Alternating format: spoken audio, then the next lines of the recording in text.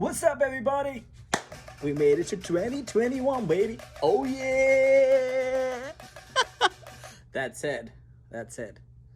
What better way to start your new year than with a freaking bowl of Hyderabadi chicken biryani?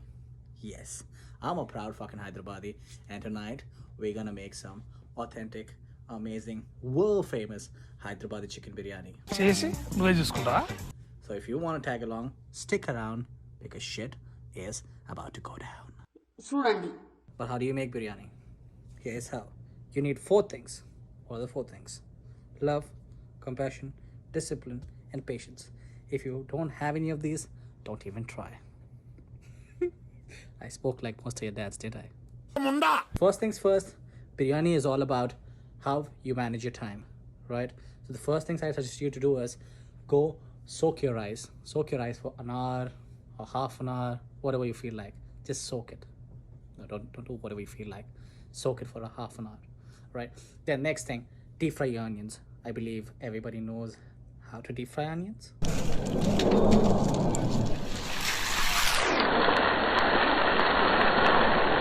So the next step to making biryani is one of the most important steps, which is marination. So how do you marinate your chicken? Let's go. So first, I have 2.25 pounds of chicken. Indians, somewhere around kg or something. Fuck it. You're good at math. Unlike Americans. So we take chicken first, and then we add ginger garlic paste. Oh, fuck yeah. So I'd suggest you put 3 spoons. Then we're gonna squeeze some lemon juice. Then we add yogurt. How much yogurt do you add? I'd say somewhere around 300 to 350 ml. Americans, now it's your turn. Go convert.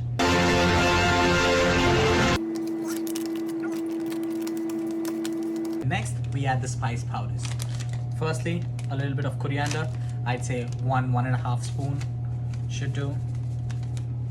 And then the red chili powder. As Indian, I love spicy food, especially being Hyderabadi. I can't just eat any food without a little bit of spice in it. So I'd go for 2 or 3 spoons of mirchi powder or the red chili powder. I hope I'm concentrating when I'm doing this shit.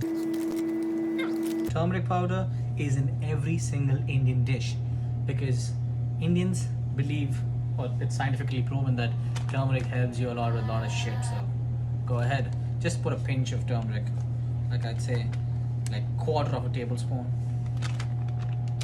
Yeah. And then one of the most important masalas, that is the garam masala. Garam masala is what brings the flavor to the food. It's a grind and a mix of so many spices. I don't even fucking know how many spices. Like I bought it from the store, so you know. So yeah, go on, put garam masala. 1 spoon of garam masala, not too much.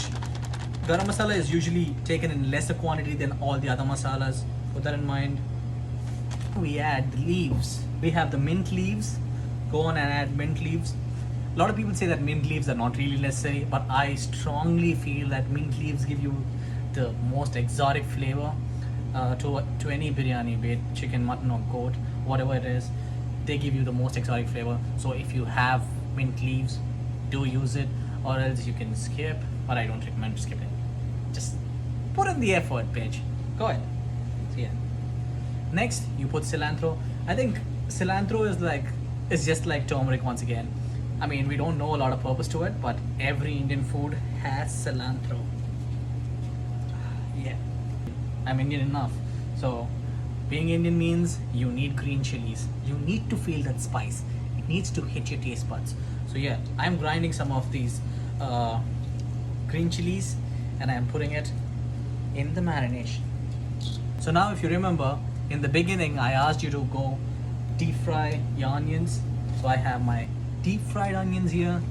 I'm going to use them in the marination. Okay, that was too much. Alright, that's good. Alright, next you become salt pay. Alright, pick up the salt, throw it all in. Oh, that was too much. The last ingredient we have is my favorite ingredient. I think every Indian will relate to this. It is called the desi ghee. So I'd say put 1 spoon of desi ghee. There it is, the most exotic marination you've ever seen. Now what you do, you go ahead and mix. Let's go on and taste, right? It's too tempting already.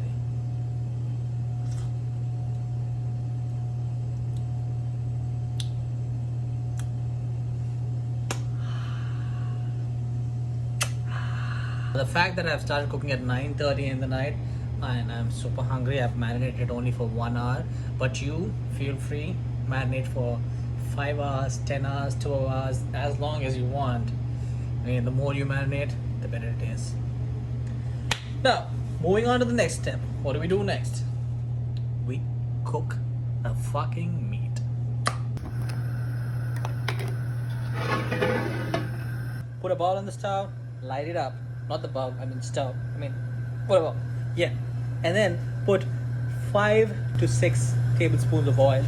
Now that we have the oil in, take the marinated chicken out, drop it in. So this is how it's gonna look.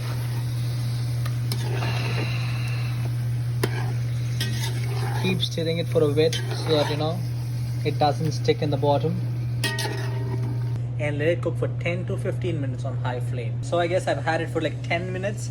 And now try lowering the flame, put it on the sim, and give it that sweet little time it takes to cook. I've had my chicken on the stove for about 20 minutes and I have a very good feeling that's ready. So we're gonna move it on to the side. Now that we're done with chicken, let's move on to making rice. Rice, easy, right? No, rice has condiments too. So you need 5 pieces of elaichi, 3 pieces of cardamom, and 1 tablespoon of cumin seeds, 1 cinnamon stick chopped into small pieces, 1 tablespoon of oil, and 1 biryani leaf. Yeah, biryani leaf is biryani leaf. How much ever rice you take, the water is 2 times it. Simple math.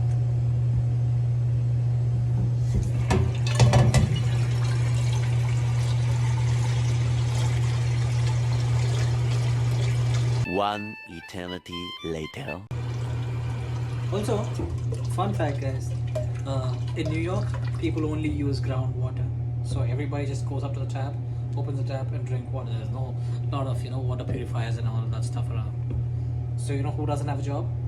Hey, Malini. Kent deta hai sabse. Alright, so let's put the bowl on high flame and let's get the water boiled. Put all the condiments we talked about in the hot water. Add a tablespoon of oil and some salt. How much ever salt, like this entire liquid should feel like a soup. Now that the water has come to a boil, let's get the rice we put to soak and dump it into this amalgamation. I forgot to press record. Give it a good stir.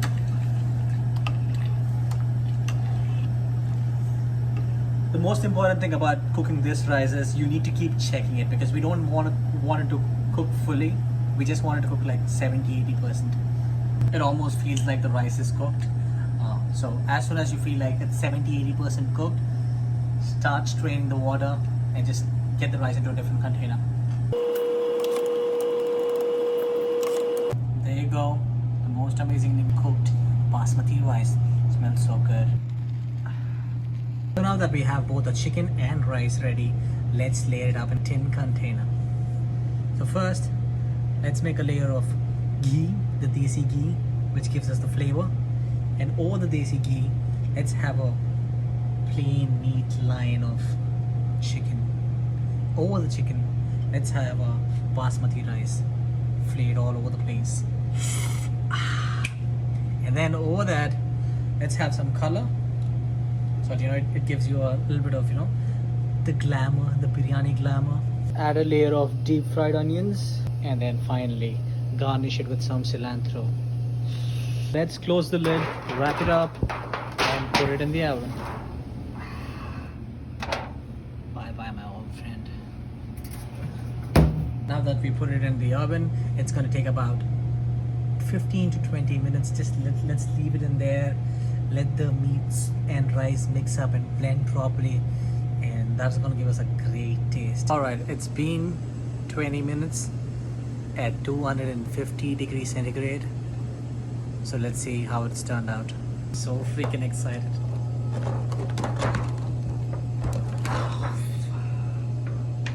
All right, let's check out. So damn good. So damn good. Let me just taste some.